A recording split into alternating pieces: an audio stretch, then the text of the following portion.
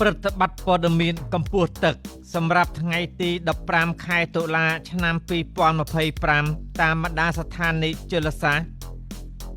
ទន្លេមេគង្គស្ទឹងត្រែងថ្ងៃនេះទឹកមានកម្ពស់7ម៉ែត្រ86សង់ទីម៉ែត្រទាបជាងថ្ងៃម្សិលមិញ11សង់ទីម៉ែត្រកម្រិតកម្ពស់ប្រុងប្រយ័ត្ន10ម៉ែត្រ70សង់ទីម៉ែត្រទន្លេមេគង្គក្រចេះថ្ងៃនេះទឹកមានកម្ពស់18ម៉ែត្រ56សង់ទីម៉ែត្រទាបជាងថ្ងៃម្សិលមិញ22សង់ទីម៉ែត្រកម្រិតកម្ពស់ប្រុងប្រយ័ត្ន22ម៉ែត្រទន្លេមេគង្គកំពង់ចាមថ្ងៃនេះទឹកមានកម្ពស់12ម៉ែត្រ82សង់ទីម៉ែត្រទាបជាងថ្ងៃម្សិលមិញ14សង់ទីម៉ែត្រកម្រិតកម្ពស់ប្រុងប្រយ័ត្ន15ម៉ែត្រ20សង់ទីម៉ែត្រទន្លេបាសាក់ចតុមុខថ្ងៃនេះទឹកមានកម្ពស់9ម៉ែត្រ39សង់ទីម៉ែត្រទាបជាងថ្ងៃម្សិលមិញ2សង់ទីម៉ែត្រកម្រិតកម្ពស់ប្រុងប្រយ័ត្ន10ម៉ែត្រ50សង់ទីម៉ែត្រ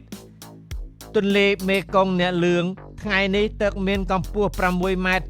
78សង់ទីម៉ែត្រទាបជាងថ្ងៃម្សិលមិញ2សង់ទីម៉ែត្រកម្រិតកម្ពស់ប្រុងប្រយ័ត្ន7ម៉ែត្រ50សង់ទីម៉ែត្រទន្លេបាសាក់កោះខែលថ្ងៃនេះទឹកមានកម្ពស់7ម៉ែត្រ73សង់ទីម៉ែត្រទាបជាងថ្ងៃម្សិលមិញ5សង់ទីម៉ែត្រកម្រិតកម្ពស់ប្រុងប្រយ័ត្ន7ម៉ែត្រ90សង់ទីម៉ែត្រទន្លេសាបព្រែកក្តាមថ្ងៃនេះទឹកមានកម្ពស់8ម៉ែត្រ58សង់ទីម៉ែត្រទាបជាងថ្ងៃម្សិលមិញ3សង់ទីម៉ែត្រកម្រិតកម្ពស់ប្រុងប្រយ័ត្ន9ម៉ែត្រ50សង់ទីម៉ែត្របឹងទន្លេសាបកំពង់ហ្លួងថ្ងៃនេះទឹកមានកម្ពស់8ម៉ែត្រ12សង់ទីម៉ែត្រទាបជាងថ្ងៃម្សិលមិញ2សង់ទីម៉ែត្រ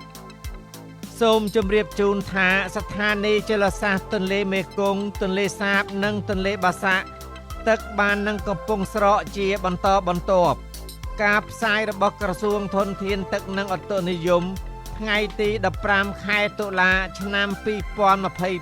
2025សូមអរគុណ